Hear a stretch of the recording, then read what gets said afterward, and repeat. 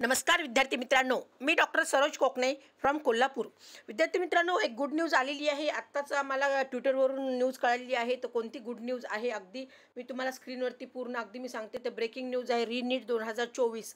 अगदी ह्याच्या संदर्भामध्ये मी तुम्हाला अगदी ह्या स्क्रीनवरती डिटेल्समध्ये मी सांगणार आहे। तर इथे तुम्ही पाहू शकता फायनली कलकत्ता हायकोर्टचा stay counselling process for NEET 2024 असं हे आत्ताच आलेलं आहे 2 तासापूर्वी। अगदी ट्विटरवरती खूप मोठ्या संख्येने न्यूज व्हायरल होत आहे विद्यार्थी मित्रांनो।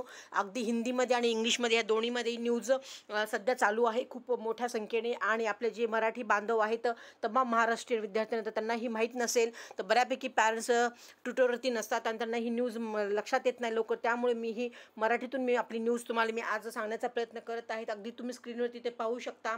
इथं Calcutta high court 6 NTA response on plea questioning इथं दिलेलं आहे। Alleged regularities while conducting NEET UG 2024 exams and the outcome of the counselling process shall abide the results of will writ petitions the court started असं त्यांनी इथं news दिलेली आहे। म्हणजेच मी अगदी ह्या न्यूजच्या माध्यमातून तुम्हाला अगदी पूर्ण हे मी आज जे वाचून दाखवत आहे ही पूर्ण न्यूज ह्याच्याबद्दल अगदी मी जस्ट मराठीतून तुम्हाला सांगते शॉर्टमध्ये, म्हणजे लक्षात येईल की आपल्या मराठी विद्यार्थ्यांना किंवा त्यांच्या पालकांना तर 2024चा रिझल्ट हा चुकीचा दिला गेला आहे असं बऱ्यापैकी सगळ्यांनाच म्हणणं आहे।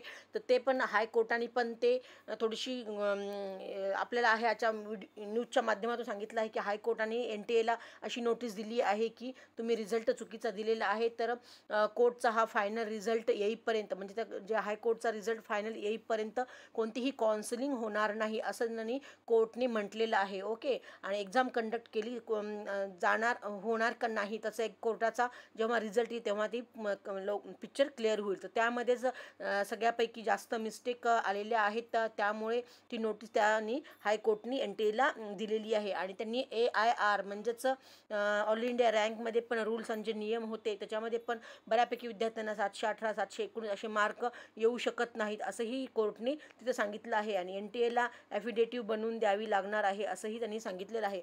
तर खूप साऱ्या गोष्टी आहेत विद्यार्थी मित्रांनो, अगदी मी तुम्हाला स्क्रीनच्या माध्यमातून अगदी डिटेल्समध्ये पूर्ण सांगते। तर इथे तुम्ही पाहू शकता अगदी हायकोर्टचा पण कलकत्त्याला इथे एक दिलेलं आहे की त्यांनी स्टे आणलेला आहे। तर त्या स्टेमध्ये त्यांनी ते सांगितलं आहे की NTA की तुम्ही आम्हाला अगदी ह्या 10 दिवसामध्ये तुम्ही कळवा आणि कोणती ती आहे आणि हे कोणी आपलं केलेलं आहे। तर हे तन्मय नावाच्या विद्यार्थ्यांनी हे केलेलं आहे अगदी हायकोर्टमध्ये। तिथे नावासकट त्यांनी पूर्ण अगदी दिलेलं आहे आणि ही स्क्रीनवरती मी तुम्हाला दाखवते। तर तुम्ही अगदी झूम करून पूर्ण अगदी तुम्ही पूर्ण नोटीस हे वाचा म्हणजे तुमच्या लक्षात येईल। तर नोटीस कोणती आहे इथं दिलेली आहे ती पूर्ण इंग्लिशमधून आहे। तर ज्या विद्यार्थ्यांना समजत असेल तर नक्की पूर्ण वाचा आणि ज्या विद्यार्थ्यांना माहिती नाही या म्हणजे इंग्लिशबद्दल तर तुम्ही त्यांना मी अगदी पूर्ण हिंदी पण न्यूज इथे मी या माध्यमातून घेऊन आलेली आहे अगदी। तर अगदी इथे नोटीसमध्ये त्यांनी प्रत्येक ह्याच्यामध्ये त्यांनी दिलेलं आहे। अगदी इथे मी हिंदी पण नोटीस काढलेलीच आहे, तुम्ही ते पाहू शकता। कलकत्ता हायकोर्टने नीट परीक्षा आयोजित करते समय सवाल उठाने वाली याचिका पर NTA से सवाल मांगा है। तर अगदी ही न्यूज तुम्ही इथे पाहू शकता। इथे आज 7 जूनलाच ही न्यूज सकाळी 11 वाजता काढलेली आहे आणि ती न्यूज पूर्ण अगदी डिटेल्समध्ये तुम्ही वाचा किंवा मी पण तुम्हाला इथे शॉर्टमध्ये सांगते।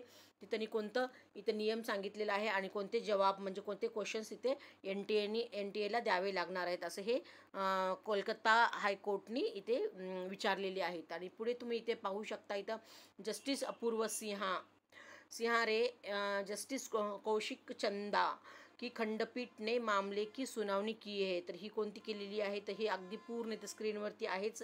मी माझ्या मागच्या व्हिडिओमध्ये पण तुम्हाला याच्याबद्दल सांगितलेलंच होतं आणि इथेही त्यांनी हाच उठाव केलेला आहे की यह कहा गया है कि राष्ट्रीय परीक्षा एजेंसी ने रेट याचिका नंबर 600 2018 अग्रवाल एवं अन्य बवान भारत संघ में सुप्रीम कोर्ट द्वारा पारित निर्णय के आधार पर ऐसे अंक देने को उचित ठहराने की मांग की है असं हे त्यांनी त्या नोटीसमध्ये सांगितलेलं आहे। आणि पुढची अशी न्यूज इथे दिलेली आहे, तुम्ही ते पाहू शकता। यह कहा गया है कि NTA की याचिका में लगाए गए आरोपों पे जवाब में तारीख से 10 दिन ओके म्हणजे 10 दिवसामध्ये त्यांना NTA उत्तर देण्यासाठी सांगितलं आहे। तर ही पूर्ण अगदी हिंदीमधून नोटीस दिलेली आहे अगदी तुम्ही पाहू शकता। आणि ते 2 आठवड्याच्या आतमध्ये त्यांना ते पूर्ण नोटीस तिथे NTA त्यांना कोर्टाला द्यावी लागणार आहे असंही त्यांनी कोर्टाने तिथे त्यांना NTA आदेश दिलेले आहे. तर ही पूर्ण अगदी हे तुम्ही इथे आणखीन इथे एक नोटीस पाहू शकता. ही कोणती आहे, नीट UG 2024 परीक्षा से संबंधित रिकॉर्ड सुरक्षित रखेंगे. न्यायालय ने कहा है कि काउंसलिंग प्रक्रिया का परिणाम रीट याचिका के परिणाम के अनुसार होगा. म्हणजेच हे केस आहे ते तन्मयनी टाकलेलीच आहे आणि ही पूर्ण अगदी केसचा रिझल्ट लागेपर्यंत कुठल्याच प्रकारचं काउन्सिलिंग होणार नाही असं हे कोर्टनी पण सांगितलं आहे. आणि ज्या विद्यार्थ्यांची काउन्सिलिंग प्रोसेस चालू झाली असेल किंवा जे विद्यार्थी हे कोर्टचा रिझल्ट येण्याच्या आधी जर ॲडमिशन प्रोसेसमध्ये भाग घेत असतील किंवा ते ॲडमिशनसाठी ट्राय करत असतील तर त्या विद्यार्थ्यांची ॲडमिशन्स होणार पण नाहीत. आणि ज्या काही विद्यार्थ्यांनी घेतलं असेल ॲडमिशन कुठे प्रायव्हेटमध्ये वगैरे तर त्याही विद्यार्थ्यांची ॲडमिशन कॅन्सल करण्यात येईल असे कोर्टाने सांगितलं आहे. तर विद्यार्थी मित्रांनो, जोपर्यंत कोर्टाचा रिझल्ट येत नाही तोपर्यंत कुठल्याच प्रकारची तुम्ही काउन्सिलिंग किंवा ॲडमिशन प्रोसेसमध्ये तुम्ही भाग घेऊ नका की जेणेकरून तुमचा लॉस होईल. जेव्हा 10 दिवसाचा त्यांनी कालावधी दिला आहे NTA की ते NTA जेव्हा ते त्यांना आन्सर देईल तेव्हा ते 10 दिवसानंतर म्हणजे 2 आठवड्यानंतर ते काउन्सिलिंग प्रोसेस स्टार्ट होईल. तर एवढंच याबद्दल सांगितलं आहे. आणि बरेच पॉईंट्स त्यांनी कव्हर केलेले आहेत कोर्टाने की लॉस ऑफ टाईम झालेला आहे, रीनीट होणार की नाही, 85% कोठ्यातून म्हणजे महाराष्ट्र कोर्ट किंवा AIQ म्हणजे ऑल इंडिया कोठ्यातून काउन्सिलिंग होणार नाही असं सांगितलं आहे किंवा सध्या थोडासा डिले होऊ शकतो. तर म्हणजे 2 आठवड्याचा पर्यंत असं त्यांनी त्या नोटीसमध्ये सांगितलं आहे. तर ही पूर्ण अगदी नोटीस इथं दिलेली आहे. तर 2024 कॉन्ट्रोवर्सी कलकत्ता हायकोर्टने असं हे काढलं आहे. NTCला पूर्ण अगदी विचारलेलं आहे. तर ते NTA 2 आठवड्याचा टाईम दिलेला आहे. एवढंच या निमित्तानं मी हा अगदी पूर्ण तुम्हाला व्हिडिओ तुमच्यासमोर घेऊन आलेली आहे. तर ज्या काही विद्यार्थ्यांना अगदी ह्याच्याबद्दल तुम्ही झूम करून वाचा, पहा, म्हणजे तुम्हाला गोष्ट लक्षात येईल. कुठला सध्या हा कोर्टाने काय काय नियम दिलेले आहेत NTA आणि त्यांना काय क्लॅरिफिकेशन मागितलं आहे ह्याच्याबद्दल अगदी डिटेल्समध्ये इथं दिलेलंच आहे या नोटीसमध्ये. तर ज्या काही विद्यार्थ्यांना अगदी डाऊट आहे त्यांनी नक्कीच मला कॉल मेसेज करून विचारू शकता.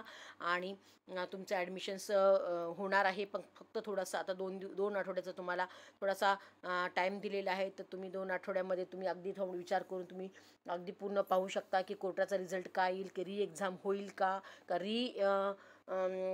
एक्झाम आणि किंवा रिझल्ट परत येईल का काउन्सिलिंग प्रोसेस कशा प्रकारे स्टार्ट होईल. अगदी ते पूर्ण कोर्ट आपल्याला सांगणार आहे. तेव्हा तुम्ही अगदी कोर्टाच्या आदेशाप्रमाणे आपण जायला पाहिजे. आणि हेच ह्या निमित्ताने व्हिडिओ घेऊन आले होते.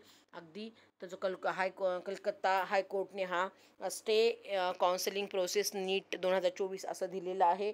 तर ओके मित्रांनो, एवढंच मी ह्या न्यूजच्या माध्यमातून यूट्यूबच्या माध्यमातून तुम्हाला तमाम आपले महाराष्ट्र विद्यार्थ्यांना न्यूज छोटीशी घेऊन आली होते. तर ओके मित्रांनो, याच्यामध्ये तुम्हाला काय आणखी शंका डाऊट असेल तर तुम्ही नक्कीच मला कॉल मेसेज करून विचारू शकता. ओके मित्रांनो, एवढंच या निमित्तानं. ओके.